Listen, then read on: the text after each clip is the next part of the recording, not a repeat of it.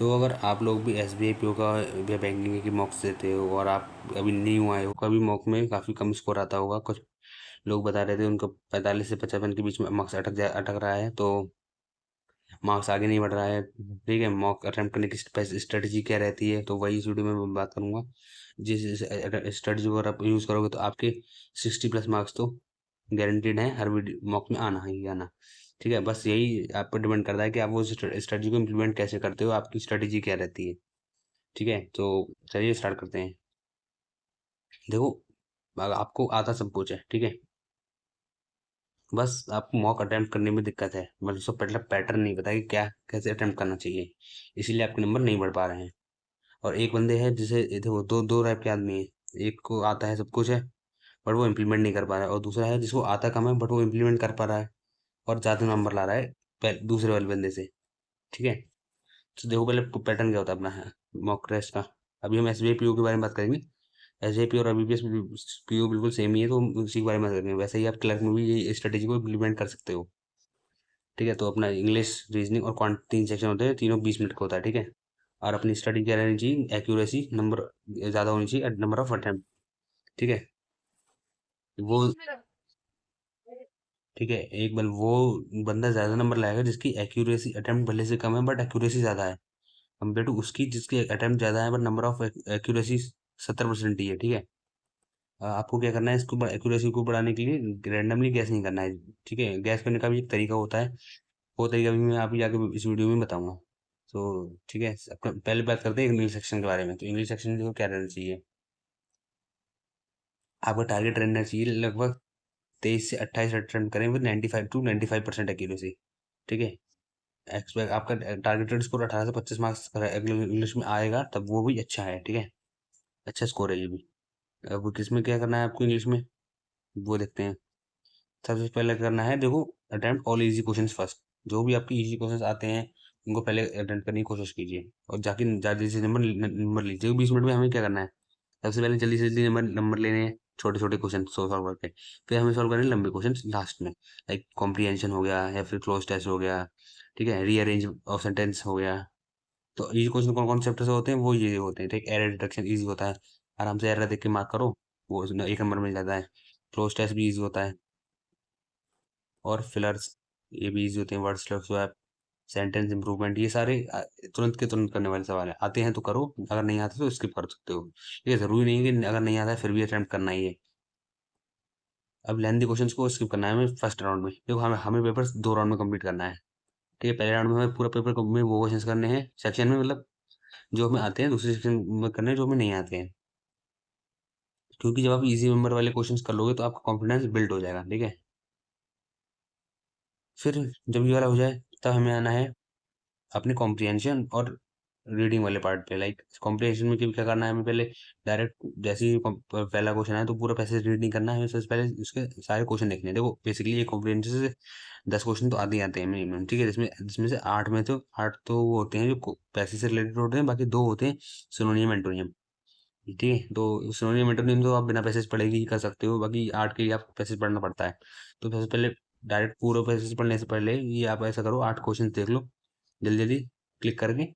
जब 8 क्वेश्चन देख लोगे तब आप उसके बाद पैसेज पढ़ो। तो आपको जो पैसेज पढ़ोगे तो आपको वो क्वेश्चंस मैच होंगे आपके सबकॉन्शियस माइंड में, और आपको उनके आंसर भी पता चल जाएंगे पढ़ते पढ़ते। ठीक है, आपको पूरा क्वेश्चन पढ़ना है, ऑप्शंस नहीं पढ़ने हैं। ठीक है, ऑप्शन पढ़ने की जरूरत नहीं है वरना इसमें ज़्यादा टाइम वेस्ट होगा। ठीक है, और उसका पक्की जो आप पूरा पैसेज पढ़ोगे तब उसको आपको वोकेबलरी वाले सब वर्ड भी मिल जाएंगे। एक क्वेश्चन आता है उसका जिसमें से आपको फिल इन द ब्लैंक वाला वर्ड बताना पड़ता है पैसेज में से। ठीक है, बाकी इसके टोन और टाइटल वाला भी आप बता दोगे उससे। पैसेज वाला क्वेश्चन में लगभग आपको लग जाएगा 5 मिनट लग जाएंगे। ठीक है, तो इसलिए 5 मिनट इसके लिए बचा के रखना लास्ट में। और उसके बाद पैरा जंपर्स, यार ये सबसे टफ चीज़ लगती है इंग्लिश में मुझे भी। बेसिकली पैरा जंपर्स, इसमें यार जो भी सीक्वेंस में क्या दिक्कत रहता है, आगे पीछे हो जाता है। लाइक अगर 5 सेंटेंस दे रखे, 5 पैराग्राफ दे रखे हैं, तो उसमें हम कभी ABCDE या फिर कुछ ना कुछ गड़बड़ तो हो ही जाती है। इसे थोड़ा सा टफ टॉपिक है, इसको लास्ट में करना। पहले इस पर काफ़ी उसमें काफ़ी टाइम भी लगता है, तो इसको तो पहले शुरुआत में करना मत भाई। ठीक है, वरना बहुत ज़्यादा टाइम वेस्ट होगा और जो कोई गारंटीड भी नहीं है कि ये सही हो जाए या नहीं, अगर आपकी बहुत ज़्यादा तगड़ी प्रैक्टिस नहीं है तो। इसलिए इसलिए लास्ट में ही करो भाई सब, ठीक है। बाकी फिर जब आपके लास्ट के 2 मिनट बने तो उसमें आप एक बार वो क्वेश्चन देख सकते हो जो आपने स्किप किए हैं या फिर जो आपने मार्क फॉर रिव्यू करे हैं। Mark for review question basically आपको वो करने हैं जो कि आप में लगे कि इसको मैं बाद में करूंगा तो सॉल्व हो जाएगा, ठीक है। ये तो रही इंग्लिश की स्ट्रेटजी के बारे में। अब कॉमन मिस्टेक जो बच्चे इंग्लिश में करते हैं वो है रीडिंग आरसी ट्वाइस। आरसी मान लो कुछ टफ आ गया, ठीक है, टफ को वाला एक बार में समझ में पढ़ने में नहीं आता, तो अब काफी बड़ा भी आता है। जब 5 पैराग्राफ तो होते ही है मिनिमम हर पैसेज में, अब उसको दोबारा पढ़ने बैठोगे तो फिर से आपको लगभग 1.5 मिनट, जैसे 1.5 से 2 मिनट आराम से जाएगा। तो उसे दोबारा पढ़ना मत करो, एक सोचो, ये सोचो इतनी प्रैक्टिस करके जाओ कि एक बार में ही पढ़ के समझ में आ जाए। डेली रीडिंग करो कि कोई बुक पढ़ो, ठीक है, कोई बुक पढ़ो या फिर कोई स्टोरी पढ़ो जो आपको अच्छी लगती हो, क्लास 10th 11th की बुक रखी होगी उसमें से पढ़ो, उससे आपकी पढ़ के रीडिंग सुधरेगी, ठीक है। एंड स्पेंडिंग 5 मिनट्स ऑन पैराजिम्बल, पैराजिम्बल में कोई ज़्यादा टाइम वेस्ट मत करने की जरूरत नहीं है, ठीक है। और वोकेबलरी अगर आपको नहीं आती है, कोई शब्द नहीं आता है तो उस पर गैस वैस मत करना जब तक आप कोई कम से कम 2 ऑप्शंस को एलिमिनेट ना कर लो। लाइक अगर 5 ऑप्शन दे रखे हैं तो 5 में से आप अगर आपने 3 को एलिमिनेट कर लिया तो इन दोनों 2 में आप गैस ले सकते हो, ठीक है, उसमें कोई दिक्कत नहीं है। बट अगर आपको 5 में से 5 कुछ नहीं, किसी का भी मतलब नहीं पता है वर्ड का, तो आपको सिर्फ छोड़ना ही पड़ेगा, वही आपके लिए बेटर है छोड़ने से, ठीक है। और हमें ऐसा नहीं है कि सारे सवाल करेंगे तभी हमारा सिलेक्शन होगा, हमें पेपर को स्ट्रेटजी से अटेम्प्ट करना है, ठीक है, स्मार्ट तरीके से, ना कि सारे क्वेश्चन अटेम्प्ट करके। ये हमारा स्कूल का पेपर नहीं है, कॉम्पिटिटिव एग्जाम है। और टाइमर को इग्नोर मत करना भाई, साइड में टाइम भी देखते रहा करो कि 5 मिनट बचे कि 7 मिनट बचा उस टाइम, वरना ऐसा होता है कुछ बच्चे क्वेश्चंस में इतना वो हो जाते हैं बिजी, उन्हें टाइम दिखता ही नहीं है और अचानक से टाइम खत्म हो जाता है, उनका बीच में ही सबमिट हो जाता है अपने आप ही। फिर वो रोते हैं कि मेरे इतने क्वेश्चन छूट गए, इतने क्वेश्चन छूट गए। इसलिए यार घर पे कम से कम पेपर से पहले मेरे हिसाब से 50 मॉक तो आराम से देके ही जाओ भाई, 50 से मॉक मिनिमम तो देने ही देने हैं। ये तो रहा इंग्लिश का, ठीक है। अब आते हैं रीजनिंग पे। अगर आपको ये स्टडी अच्छी लगी हो तो वीडियो को लाइक कीजिए, चैनल को सब्सक्राइब कीजिए ऐसी मोर अपडेट्स के लिए। अगर कोई डाउट हो तो कमेंट में पूछ लेना भाई, ठीक है। रीजनिंग में आते हैं, ये करता है अपनी रैंक बोर्ड साइड। इंग्लिश में आपके आ जाएंगे, अगर मान लो 25 मार्क्स भी आ गए, हम 25 भी क्यों 22 मान लेते हैं, मान लो इंग्लिश में हमारा आ गया। अब रीजनिंग में 20 मिनट मिलेंगे हमें, इसमें रीजनिंग में हमें कोशिश करना है कि 30 में से हमारा मिनिमम 25 तो आ ही जाए, ठीक है। एक्सपेक्टेड स्कोर 25 प्लस होना चाहिए। इसकी स्ट्रेटेजी देखो ये होता है, सबसे पहले हमें रीजनिंग में मिसलेनियस क्वेश्चंस करने हैं, ना कि पजल। पजल आती है लगभग 4 क्वेश्चन तो आते ही है पजल के, 4 क्वेश्चन यानी कि 5 5 अगर सवाल हैं तो टोटल 20 क्वेश्चन आएंगे पजल के, बाकी 10 क्वेश्चन आते हैं मिसलेनियस के। तो सबसे पहले हमें ये मिसलेनियस उड़ा देनी है। मिसलेनियस में ये आते हैं ये वाले chapter, like direction, blood relation, coding, फिर परफॉर्मेशन, मीनिंगफुल वर्ड्स वाले, syllogism, inequality, number series, order, alphabet, ranking, ठीक है। तो ये सब बहुत ही इजी क्वेश्चन है। इसमें से ब्लड रिलेशन से आपके 3 सवाल गारंटेड है, ये तो आना है, ठीक है। सिलोगिज्म से 3 सवाल गारंटेड है, और मिसिंग नंबर सीरीज तो वो तो क्वांट में आएगा, ठीक है। एंड कोडिंग डिकोडिंग से अगर आएगा तो 5 सवाल आएंगे टोटल, वरना नहीं आएगा। रैपिड डिस्टेंस से आएंगे 3 सवाल। तो इनको सबसे पहले ढूंढ ढूंढ के निपटाना है। अब क्वेश्चन ढूंढने की भी स्टडी होती है। मान लो आपके पैनल पे जो ऐसे क्वेश्चन लिखे होते हैं ना, 5 मॉक टेस्ट भी आपको देखो तो 5 5 का ऐसा होता है ग्रुप। तो आपको क्या करना है, पहले पहले क्वेश्चन पे टिक करना है, ठीक है। यहाँ पे देखो पजल है तो सीधे छठे पे देखना है, क्योंकि 5 क्वेश्चन तो पजल आएंगे आएंगे, ठीक है। तो फिर दूसरे तीसरे को नहीं देखना, फिर सीधे छठे को देखना है। अगर छठे पे भी पजल है तो सीधे यहाँ पे देखना है 11वें पे, ठीक है। 11वें 12वें 13वें पे वाला हमें मिसलेनियस क्वेश्चन आ गया, फिर हमें 14वें पे सर्च करना है। ऐसे 5 5 के ग्रुप में सर्च करना है, जहाँ पे पजल दिखे तो 5 क्वेश्चन उसके छोड़ ही दो। अब सेकंड राउंड में आपको जो है सीटिंग अरेंजमेंट और पजल वाले क्वेश्चन आना है। जब आपके ये मिसलेनियस वाले हो जाए उसके बाद पजल हो जाए। अब पजल में भी सबसे पहले हमें वो क्वेश्चन करने हैं जो इजी हो, ना कि वो जो टफ हो। अब देखो पजल आती है कई प्रकार की, एक वेरिएबल वाली, 2 वेरिएबल वाली, 3 वेरिएबल वाली। तो हमें मान लो चारों 4 पजल है, हमने चारों देख ली, जिसमें से देखिए एक वेरिएबल वाली कौन सी सबसे पहले उसे निपटाएंगे, ठीक है। फिर जो थोड़ी लेस इजी, मतलब लेस डिफिकल्ट हो, लाइक बॉक्स वाली पजल आसान हो जाती है बेसिकली, ठीक है। और फ्लोर वाली पजल भी इजी आती हैं। डेस्टिनेशन बेस्ड भी पजल इतनी टफ नहीं होती हैं, जो ये तीनों पजल आसान होती है। बट जो ये इनको हम जल्दी कर सकते हैं। ठीक है, और जो बोले सर लीनियर अरेंजमेंट वाली पजल ईजी होती है, सर्कुलर वाली भी ईजी होती है, फ्लोर वाली भी ईजी होती है। टफ पजल कौन सी होती है? लाइक इसमें आपको बोला जाता है ऑर्डर रैंकिंग वाला कि 14 वाले लोग हैं जिसमें 7 ऊपर हैं 7 नीचे हैं, ठीक है, कुछ साउथ की तरफ है कुछ नॉर्थ की तरफ है, ये वाले क्वेश्चन टफ होते हैं। तो इनको आप इन वाली पजल को पहले अटेम्प्ट ना करना, ऐसे वाले क्वेश्चन को करना लास्ट में। ठीक है, और ऐसे कोई पजल आए जैसे मंथ, डे, ईयर तीनों हो तो इसे भी मत करना पहली बार में। ठीक है, कॉम्प्लेक्स कोई पजल ऐसी लगे काफी पूरा पैराग्राफ भर के है, ठीक है, तो उसे भी पहली बार में मत करना। ऐसी बड़ी बड़ी पजल को करना भाई लास्ट में, क्योंकि नंबर सबका हर क्वेश्चन के बराबर है। ठीक है, तो इसीलिए पजल को सॉल्व करने के लिए आपको क्या करना चाहिए? पहले पहले तो उसे रीड का पूरा रीड करना क्वेश्चन को। ठीक है, रीड करने करते वक्त टाइम ही साइड साइड साइड अपने वेरिएबल्स में लिखते रहना कि अगर पी के और आर के बीच में 4 लोग हैं तो ऐसे लिख दो 4 लोग हैं। ठीक है, थर्ड टू द लेफ्ट है तो ऐसे लिख दो, मतलब सिंबल्स में लिखते रहना, वरना आपको बार बार पढ़ना पड़ेगा उस क्वेश्चन को, और लाइन उसकी आपको ढूंढनी पड़ेगी कौन तो कौन सा किधर है, तो टाइम लगेगा उसमें, इसलिए साइड में लिख लेना। और अगर आपको कुछ समझ ना आए पजल, ठीक है, तो उसे 90 सेकंड के अंदर छोड़ देना। ठीक है, स्किप करो उसे। वो फालतू में आप उसमें फिर 5 मिनट वेस्ट करो तो बेकार है। बस उसके चक्कर में आप कोई दूसरे क्वेश्चन कर सकते थे। और ठीक है, कॉमन मिस्टेक जो रहती है कि try first puzzle only because it appear first. क्या करते हैं बच्चे, रीजनिंग का सेक्शन आया, जैसे ही रीजनिंग मान लो पहले क्वेश्चन में पजल का आ गया 5 क्वेश्चन, तो हम पहले ही को पजल लगाने बैठ गए, वो एकदम गलती है सबसे बड़ी। ज़्यादा पहली बार ही टफ आ गई हो, आपने उसमें 5 मिनट वेस्ट किए, 5-6 मिनट, वो तब भी ना हुई हो, इसलिए पहले वो जो पजल है उसे मत करना। ठीक है, पहले अपने सीरियस वालों को करना। Always choose easiest puzzle. ठीक है, जो ही मैंने बोला था वही है ये। अब मैथ में आते हैं, मैथ में 20 मिनट मिलेंगे। टारगेट होना चाहिए हमारा 15 से 22 नंबर का। ठीक है, तो स्टेप 1 में क्या करना है इसमें भी, सबसे पहले हम स्पीड मैथ क्वेश्चन कर लेते हैं। स्पीड मैथ लाइक सिंप्लीफिकेशन के, अप्रोक्सीमेशन, क्वाड्रेटिक इक्वेशन, इनके आएंगे, दो इनके आते हैं तो 5 क्वेश्चन आते हैं। लाइक 5 आएंगे सिंप्लीफिकेशन के, या फिर या तो 5 आएंगे इसमें से या 5 आएंगे इसमें से। मिसिंग नंबर सीरीज आसान होती है, इसमें बाकी ये बहुत बढ़िया सब्जेक्ट होते हैं कि इसके पूरे पर नंबर फिक्स मान के चलो। सबसे पहले इन्हीं क्वेश्चन को ढूंढ के करना, डीआई को हाथ मत लगाना शुरुआत में। फिर जब उसके बाद हो ये हो जाए, उसके बाद आना है आपको अरिथमेटिक। अरिथमेटिक में भी आपको कोई अगर क्वेश्चन टफ लगे, लाइक कोई सा आ गया हमारे परसेंटेज का आ गया, प्रॉफिट लॉस का आ गया, पढ़ के आपको लगे, पता चल जाएगा कि आप ये कर सकते हो या नहीं कर सकते हो। अगर लगे कि हाँ मैं तो कर सकता हूँ तो उसको करने की कोशिश करो, अगर लगे नहीं कर सकता हूँ तो उसे छोड़ दो, मार्केट रिव्यू कर दो, कहेंगे बाद में करेंगे जब टाइम बच जाएगा तब।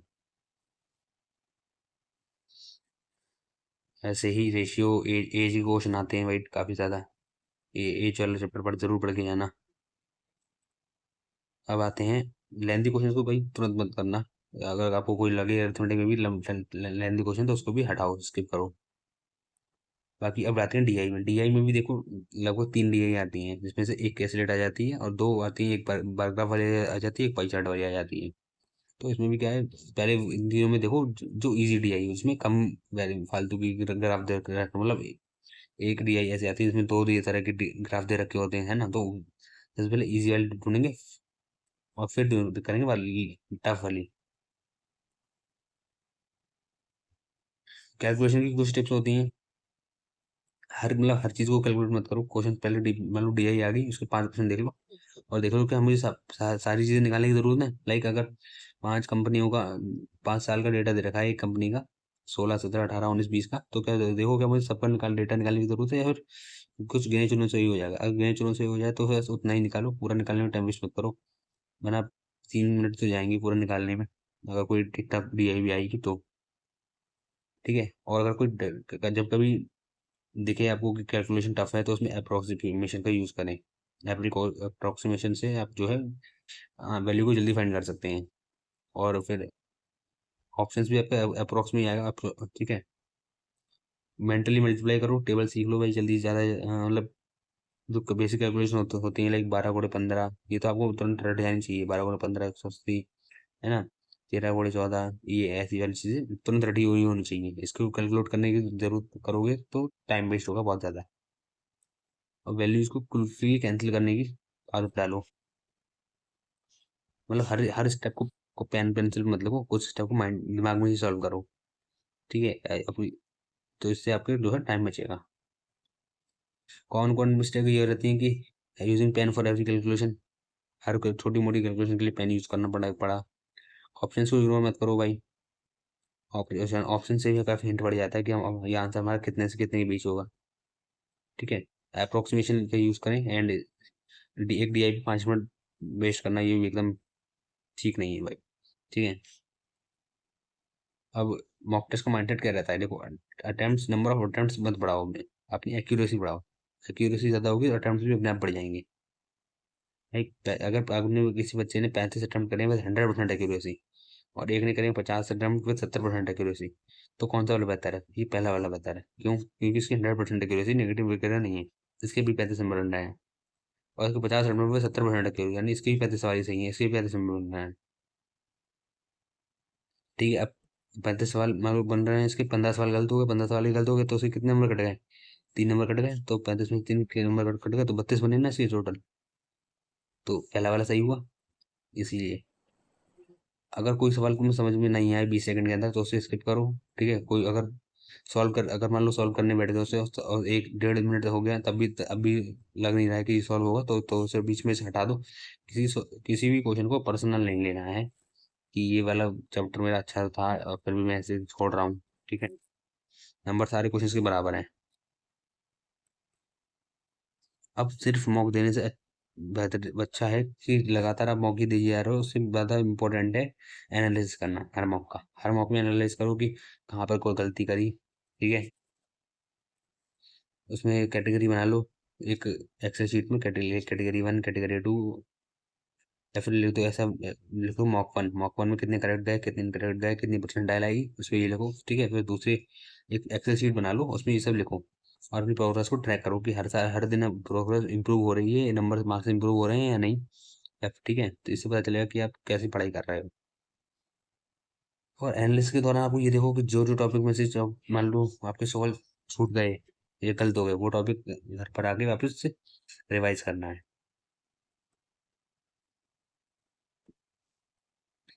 और जो क्वेश्चन आपके गलत हैं उसका स्क्रीनशॉट लेके आपने टेलीग्राम पर डिजिटल नोट्स बना बना के डाल दो। डिजिटल नोट्स कैसे बनाना है, उस वीडियो की लिंक मैंने इस वीडियो के लास्ट में दे रखी है, आप वहाँ पे आप जाओगे, जाकर क्लिक करके देख सकते हो। ठीक है, सो उसमें आपको नोट करना है कि कितनी कैलकुलेशन मिस्टेक की ये सब नोट करना है। ठीक है, मैंने उसमें अच्छे से बता रखा है। अब वीडियो काफ़ी लंबा हो गया, चलो इस वीडियो को यहीं पे ख़त्म करते हैं जल्दी से। बाकी आप वीकली मॉक प्लान बना सकते हो, इसमें आपको हर दिन लिखना है कि आपने एक किस दिन कौन सी कंपनी का मॉक देना है अपने हिसाब से। मैं इसके लिए अलग से अच्छी सी वीडियो लेके आऊँगा, इसमें अच्छे से समझाऊंगा ये सब। ठीक है, अब मॉक के दौरान आपको एक चीज़ और देखनी है कि आपके साथ रफ शीट से रेडी रखो, मतलब कॉपी में दे रहे हो आप, कॉपी से अच्छा है कि आप A4 शीट का एक वो ले आओ, रिबन, जिसमें, ठीक है, जिसमें आप उसमें से पेज निकाल के दो, जैसे रियल एग्जाम में पेज मिलते हैं वैसे। फ़ोन को नोटिफिकेशन बंद कर दो मॉक के दौरान। लगातार 60 मिनट तक बैठो नहीं, कोशिश करो। ठीक है, बीच में मॉक को पॉज मत करो बिल्कुल भी। रियल एग्जाम जब आप मॉक दो तो समझो कि रियल एग्जाम दे रहे हैं। ठीक है, तो आसपास कोई शोर शराबा हो तो शोर शराबा वाले जो को शांत करवा लो, है ना। मतलब कभी भी मौका देने मत बैठ जाओ, जब आपको लगे ठीक सिचुएशन तभी दो। ठीक है, तो इस वीडियो को यहीं पे खत्म करते हैं। बाकी अगर वीडियो अच्छी लगी हो तो चैनल को सब्सक्राइब कीजिए भाई, लाइक कीजिए, एंड कमेंट में अपने डाउट्स कोई भी हो तो मुझे मुझसे पूछ लेना भाई। ठीक है।